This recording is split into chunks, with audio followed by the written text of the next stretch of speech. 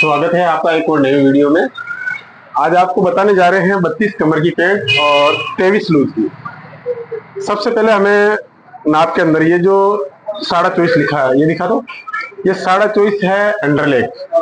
दूर जा तो 24.5 अंडरलेग। तो हमें क्या करना है, सबसे पहले ये 24.5 इसमें सेंटीमीटर में देखना है। सेंटीमीटर में आ रहा है ये 9.5। तो हमें क्या करना है, 1 इंच ऊपर छोड़ के 9.5 और 1 इंच ये यानी 10.5 पे निशान लगाना है। ये हो गई इनकी अंडरलेग। अब लेना हम इनकी लंबाई है इनकी 39 इंच। तो 39 पे लगा दिया और 2 इंच हम लेंगे इनके मार्जिन का। 2 इंच मार्जिन का ले लिया। सेम ही नाप ये लिखना है यहाँ पे वापस 10.5, 39 और 41। अब हमें क्या करना है, जो अंडरलेग है अंडरलेग और ये लंबाई, इन दोनों के बीच की दूरी देखना कितनी है। इन दोनों के बीच की दूरी आई है 28.5 इंच।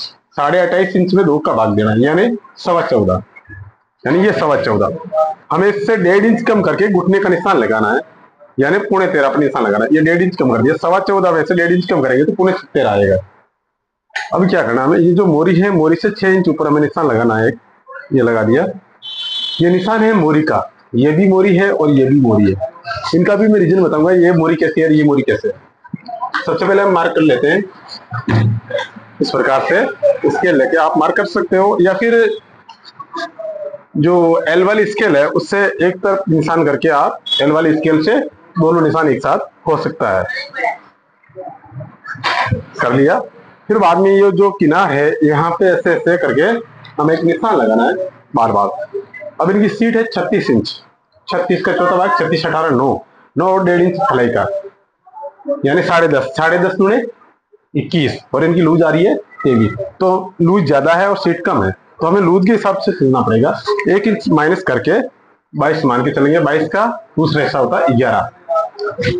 हमें निशान लगाना है 11 पे। ये 11 पे निशान लगा दिया। ये 2.25 ले लिया मैंने फलाई का, बल्कि 1.5 इंच छोड़ते हैं लेकिन फलाई के लिए मैं 2.25 लेना है। यहाँ कमर के लिए भी 11 पे निशान लगाना है। 32 कमर है, 32 का चौथा हिस्सा होता है 32, 16, 8 और 0.25 इंच इसमें मार्जिन का, यानी 9.25। अब 0.25 इंच किस चीज के लिए, आधा इंच तो इस तरफ से और 2 सूत जहां चेन लगेगी उस तरफ से। साथ ही साथ हमें ये जेब का निशान लगाना। जेब का निशान लगाना हमें 7.5 इंच पे। हमने यहाँ 11 इंच लिया है तो यहाँ भी 11 इंच पे ऐसे फीता रख के इनका 2 भाग करना, 2 का भाग देना, यानी 5.5 पे निशान लगाना है। मोरी पे भी 11 करके 5.5 पे निशान लगाना है। सीधी वाली स्केल लेके इस प्रकार से लेवल कर दिया। अब है मोरी। मोरी है इनकी 14 इंच। ये 14 यहाँ मोरी पे रखेंगे, यानी 3.5, 3.5 दूना 7, 7 दूने 14। यहाँ भी मोरी 3.5, 7, 7 दूने 14। अब आपको लगेगा ये भी मोरी है ये भी मोरी है। यहाँ भी मैंने सेम नाप इसलिए रखा, इनकी मोरी चाहो तो आप 12 भी कर सकते हो, लेकिन मैंने 14 रखा। 14 के मतलब ये हुआ, अगर 14 यहाँ से भी रखूंगा यहाँ से भी रखूंगा तो ये पैंट एकदम नीचे से गोल दिखेगी और फिटिंग दिखेगी और बैठने उठने में भी एकदम कंफर्टेबल होगी। अब इनकी घुटना है इनका 16.5। 16.5 का दूसरा हिस्सा होता है 4 1 सूत, यानी 8, 8.25, 8.25 का 4 1 सूत। 4 1 सूत 4 दूना 8, 8 दूना 8.25, 8.25 दूना 16.5। समझ में आ गए हुए। और वीडियो अच्छा लगे तो लाइक जरूर करें, कमेंट जरूर करें, शेयर जरूर करें। अब मैं 1 मिनट ये मार्क लगा लेता हूँ एक बार के लिए।